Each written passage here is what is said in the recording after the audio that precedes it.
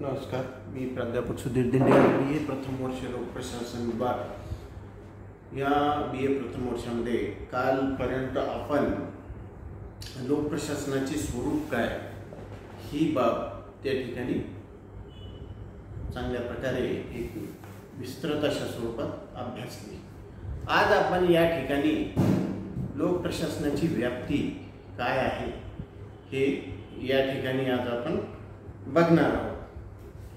लोकप्रशासनाची व्याप्ती जर आपल्याला बघायचं झालं तर आपण बघतो की स्वरूपामध्येच त्याच्या आपण विश्वव्यापकता ही बाब त्या ठिकाणी बघितलेली आहे। म्हणजेच जगामध्ये असं कोणताही देश नाही किंवा कोणताही भाग नाही ज्या ठिकाणी लोकप्रशासनाचं अस्तित्व नाही। प्रत्येक देशात असणाऱ्या राजकीय व्यवस्थेच्या अनुषंगाने लोकप्रशासनाचं स्वरूप त्या ठिकाणी आपल्याला आढळून येते। असं असलं तरी या लोकप्रशासनाचं अस्तित्व हे जगभर प्रत्येक देशात असलेलं आपल्याला दिसून येतं।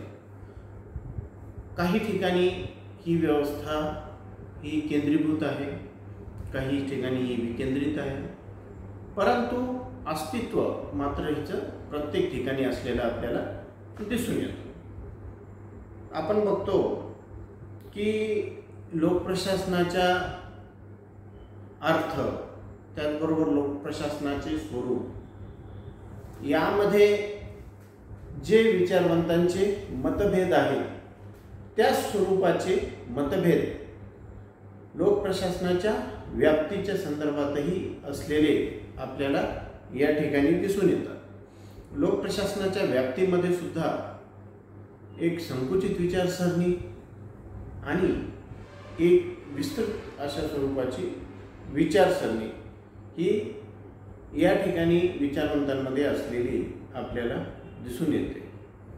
लोकप्रशासनाच्या व्याप्तीमध्ये शासनाच्या कायदे मंडळ, कार्यकारी मंडळ, न्याय मंडळ या सर्व शाखांचा आणि त्यांच्या कार्याचा समावेश करावा की लोकप्रशासन केवळ अंमलबजावणीच्या कार्याशी संबंधित आहे असं म्हणून लोकप्रशासनाच्या क्षेत्रामध्ये केवळ कार्यपालिकेचा आणि त्याच्या कार्याचा हा समावेश करावा याबाबत विचारवंतांमध्ये मोठ्या प्रमाणावर मतभेद असलेले आपल्याला या ठिकाणी दिसून येतात। त्याचबरोबर लोकप्रशासन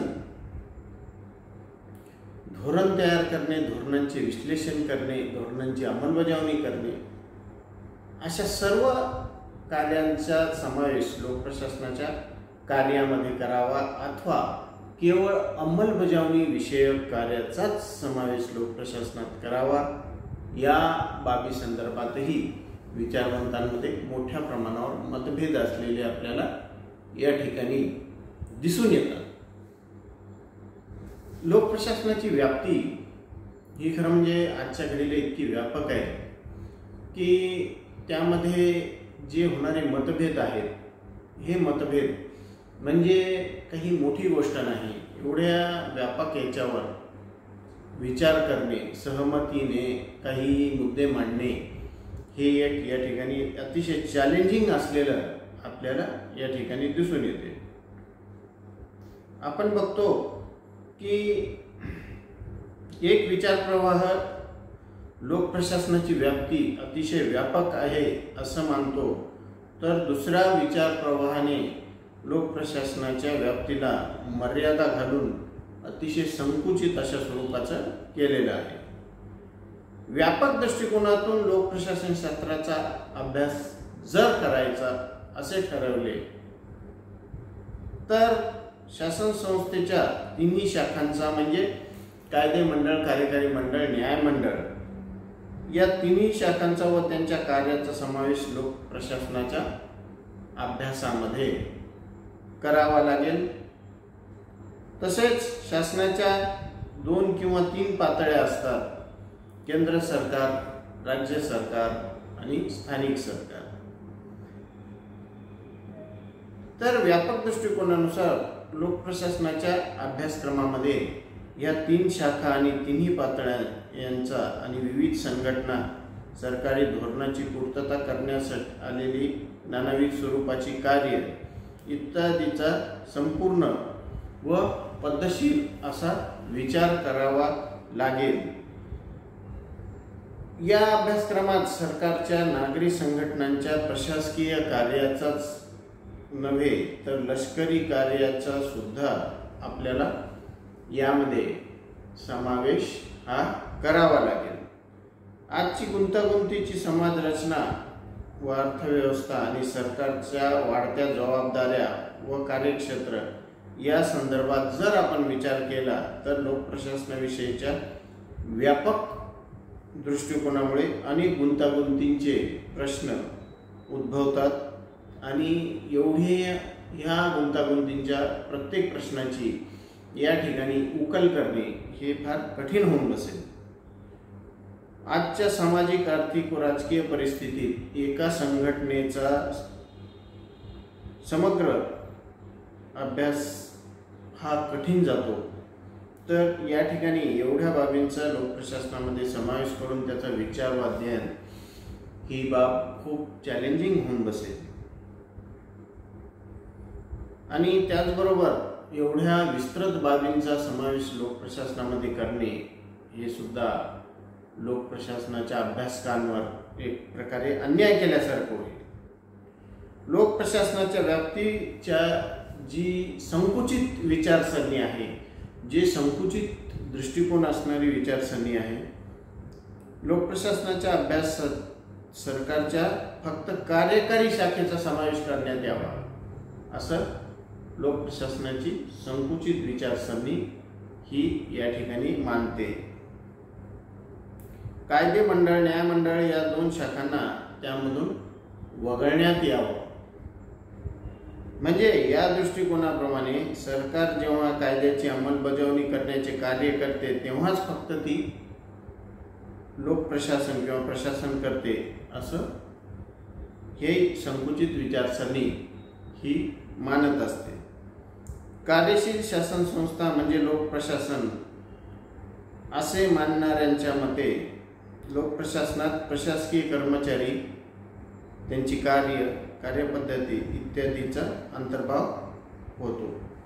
लोकप्रशासनामध्ये फक्त प्रशासकीय कर्मचारी वर्ग, त्यांची कार्यपद्धती इत्यादींचा या ठिकाणी समावेश होतो किंवा अंतर्भाव असावा।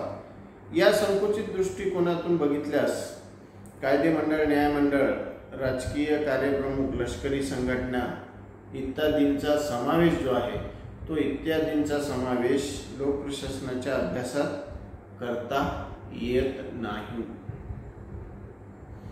म्हणजेच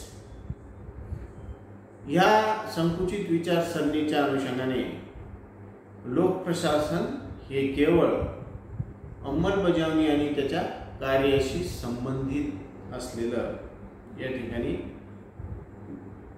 मान्य करण्यात आलेलं आहे आणि इतर बाबींचा, कोणत्याही बाबींचा या लोकप्रशासनामध्ये समावेश हा करता येणार नाही हे या ठिकाणी संकुचित विचारसरणीच्या मते आपल्याला या ठिकाणी दिसून येतं। लोकप्रशासनाच्या अभ्यासाचा संबंध फक्त नागरी प्रशासकीय यंत्रणा व प्रशासकीय संघटना, त्यात काम करणाऱ्या शासक वर्गाशी निगडीत असलेले प्रश्न, कार्य करण्यासाठी लागणारी साधनसामुग्री व वित्त या सर्वांशी असतो। लोकप्रशासन हे ह्या ज्या काही नागरी संस्था आहेत, ह्या नागरी संस्था त्यांची कार्य, त्यांना साधनसामुग्री, त्यांच्यासाठी वित्त, त्यांचे ॲडमिनिस्ट्रेटिव्ह कन्सर्न्स, ॲडमिनिस्ट्रेटिव्ह प्रॉब्लेम्स ह्या बाबीशी संबंधित या ठिकाणी बघण्यात येते। बाकी कोणत्याही बाबीला या ठिकाणी महत्त्व हे देण्यात येत नाही। हे आपल्याला या ठिकाणी दिसून येतं. थोडक्यात असे आपण म्हणू शकतो की लोकप्रशासनाच्या व्यापक दृष्टिकोनाप्रमाणे संपूर्ण सरकारचा समावेश हा लोकप्रशासनात करण्यात यावा. असे असले तरी संकुचित दृष्टिकोनाप्रमाणे सरकारच्या कायदेविषयक, न्यायिक, लष्करी व राजकीय स्वरूपाच्या कार्याचा समावेश लोकप्रशासनामध्ये न करता फक्त प्रशासकीय बाबीचाच समावेश करावा असे आहे. या दोन्ही विचारसरणीपैकी कोणती विचारसरणी योग्य व श्रेष्ठ अयोग्य हे सांगणे फार कठीण असे आहे. यामध्ये ही बाब सांगणे कठीण कशासाठी आहे? कारण या आधुनिक काळामध्ये जेथे कल्याणकारी राज्य संकल्पनेचा स्वीकार हा राज्यांनी केलेला आहे, या अनुषंगाने शासनाने आपली पालकत्वाची भूमिका ही या ठिकाणी निवडलेली आहे आणि यानुसार शासनाला त्या ठिकाणी प्रत्येक क्षेत्रामध्ये विकासासाठी आपली स्वतःची शासनाची कटिबद्धता आहे. या अनुषंगाने प्रत्येक क्षेत्रामध्ये शासनाला पारंपरिक तसेच विकासाची कार्य ही करावी लागतात आणि हे करत असताना शासनाकडे महत्त्वाचे आणि प्रभावी असे साधन म्हणजे लोकप्रशासन आहे आणि त्यामुळं लोकप्रशासनाकडून जनतेच्याही अपेक्षा ह्या फार मोठ्या प्रमाणात वाढलेल्या आपल्याला दिसून येतात आणि म्हणूनच लोकप्रशासनाला प्रत्येक क्षेत्रात प्रत्येक विषयाशी संबंधित आजच्या घडीला कार्य करावं लागतं. यामध्ये शासन जे निर्णय करते